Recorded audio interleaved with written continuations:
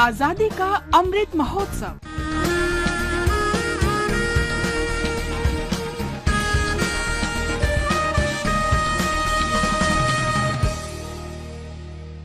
आजादी का सफर आकाशवाणी समाचार के साथ। आज की कड़ी में हम राष्ट्रवादी एन्नी मस्कारेने को स्मरण कर रहे हैं। उनका जन्म 6 जून 1902 को त्रिवेंद्रम में हुआ था। अक्कम्मा चेरियन और पैटम तानो पिड़ले के साथ मस्कारेने स्वतंत्रता आंदोलन और रियासतों के भारतीय संघ में विलय के समर्थक प्रमुख नेताओं में थीं।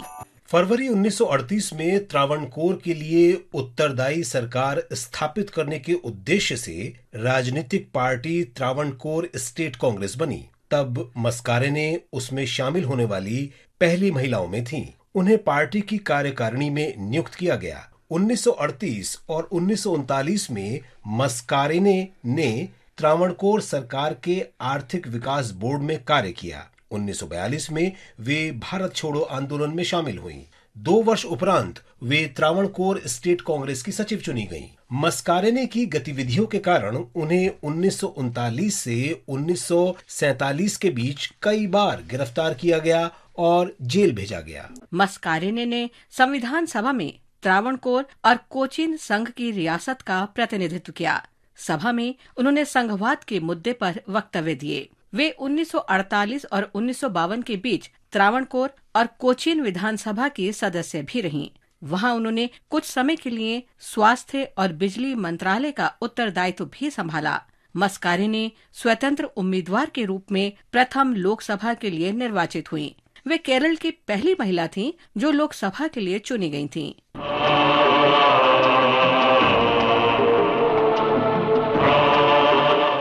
एन्नी मस्कारेने का निधन 19 जुलाई 1963 को हुआ।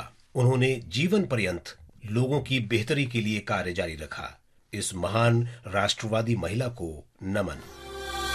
ಜೋಗದ ಸಿರಿ ಬೆಳಕಿನಲ್ಲಿ ತುಂಗೆಯತೆನೆ ಬಳುಕಿನಲ್ಲಿ ಸಹ್ಯಾದ್ರಿಯ ಲೋಹದ ದಿರವು ತುಂಗದ ನಿಲುಕಿನಲ್ಲಿ। हम राष्ट्रवादी हनुमंतप्पा नरसिम्हಯ್ಯ को भी स्मरण कर रहे हैं।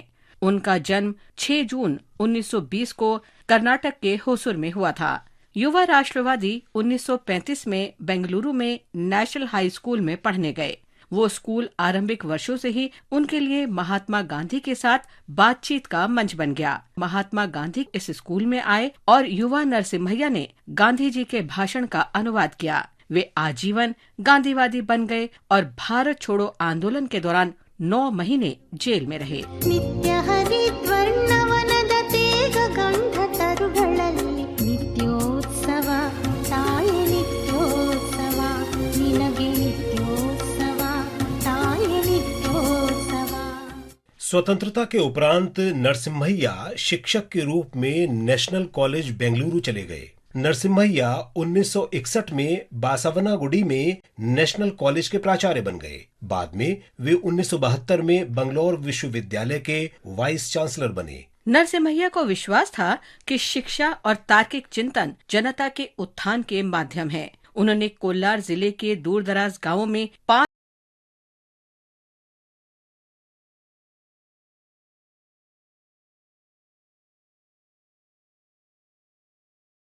नरसिम्हಯ್య को भारत सरकार ने 1985 में पद्म भूषण से सम्मानित किया। 2005 में उनका निधन हो गया।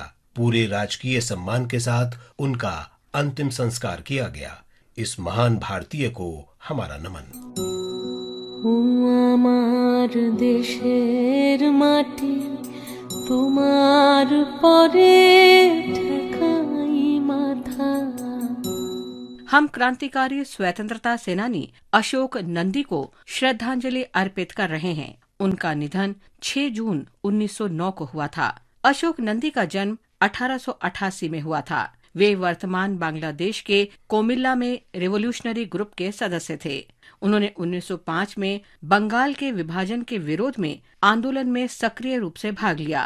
नंदी को अलीपुर बम केस में उनकी भूमिका के लिए 1908 में गिरफ्तार कर लिया गया। 6 जून 1909 को प्रेसिडेंसी जेल में उनका निधन हो गया। शहीद नंदी को हमारा नमन।